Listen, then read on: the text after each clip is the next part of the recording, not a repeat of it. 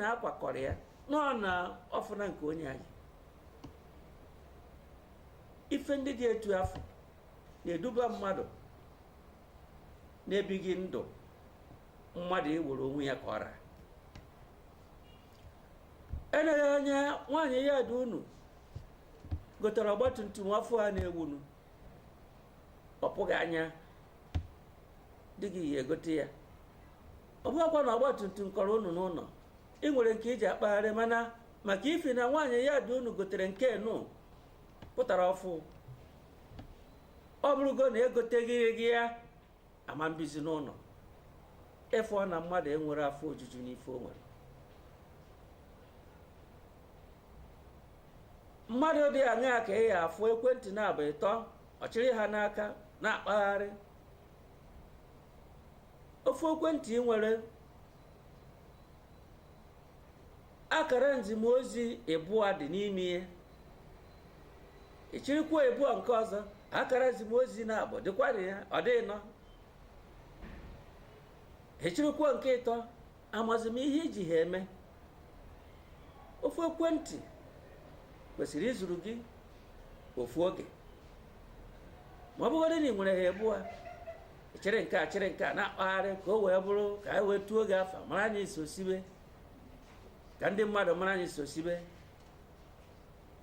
Eneghị anya ofu ihe jiri go ofu ekwentị ndị ahụ echi ịbụọ na ịtọ ya karịkwanụ ife ego opekata mpe ndị ọrụ ụfọdụ ịtọ na ịnọ, ya ka iji go ofu ekwentị chịrị ịbụọ na ịtọ na-akpagharị na-atụnụ gị afa nwere ife ọzọ.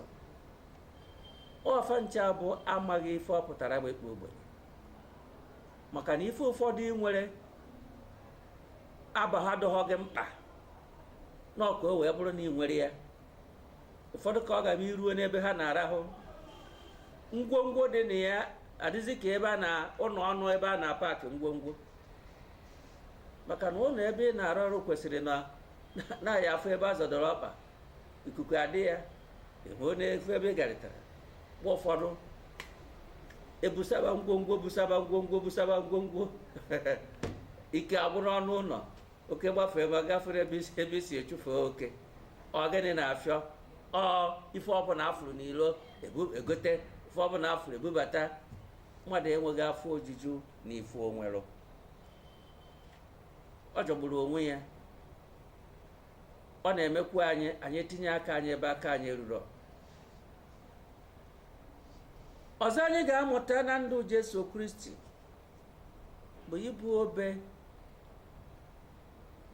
a na-abatasị afụfụ eribu uru,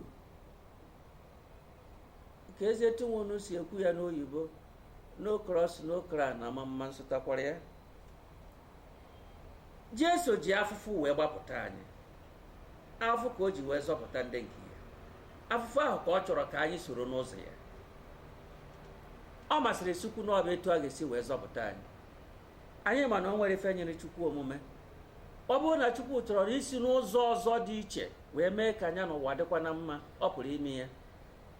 Mana ụzọ masịrị ya bụ na nwa ya ga-abịa n'ụwa na anụ ahụ taa afụfụ, ọkacha afụfụ nke obe, wee si etu afọ zọpụta anyị.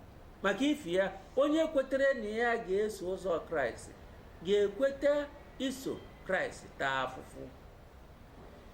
Onye ka o ji esi anyị ịjụ onwe gị, ịrụsi ọgọdọ gị ike, iburu obe gị, ma ọ bụrụ na ị chọrọ iso ya. Ọ na ntụtụ mmadụ ka ọ na-abụ ekwute okwu ịta afụfụ ma ọ bụ ibu obe, ọ bụrụ ha arụ na ntị. Pọl jiri si na o nwere ndị na-eme onwe ha ndị iro nke obe Jesu. Obe ha na-ekwu okwu ihe na-adị na ụdị na ụdị o ji bịara onye na ndụ, maka na ọ ga-esi ike nepụ anya na ire ofu onye kụchiri ibu osisi na-arụ buru na ubu n'obe ka ya bụ. Nọọ ndụ anyị dị adị, o nwere ike bụrụ na onye afọ dị na nwata, nne na nna ya nwụnahụ ya, obido na nwata kpagbuo ogbenye, tawa afụfụ, masị afọ na-adịrị ndị zụrụ ya n'akwụkwọ, kwụsị etu afọ dị. O nwere ike bụrụ na ife onye na-ebere arịrị bụ na ọnụ ha dị, maọbụ na ọ nụrụ anụ na atụ ha atụ, na ọ mụta ha amụta, maọbụ na ọ kpọwara na ọ da elepụ, maọbụ na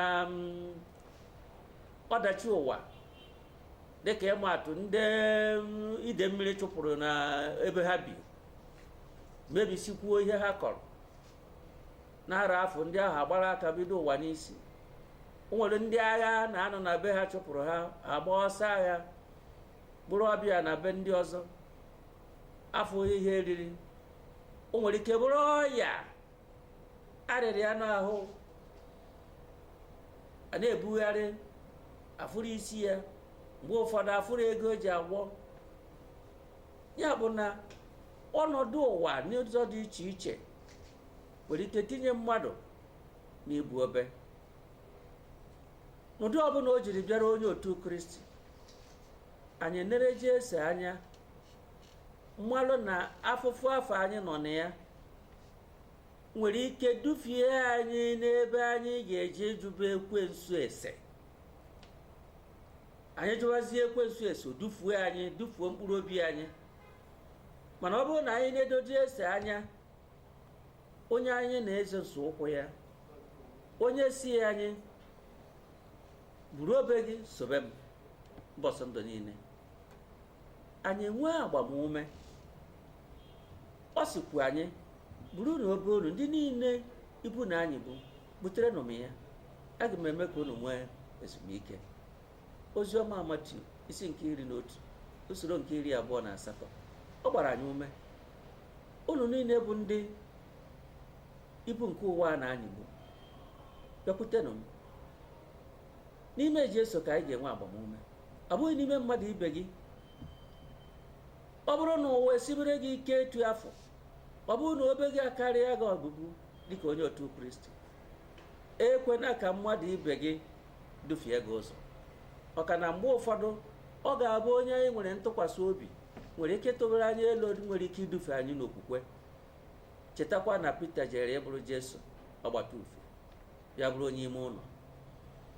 Ya bụ na ọ dị mma na onye otu Kristi ga-amata na ife atụrụ anya n'aka ya bụ ịnagidesi ike n'okwukwe, ma ọ bụrụ na ọ bịara anyị n'ụdị ọbụla o jiri bịara anyị.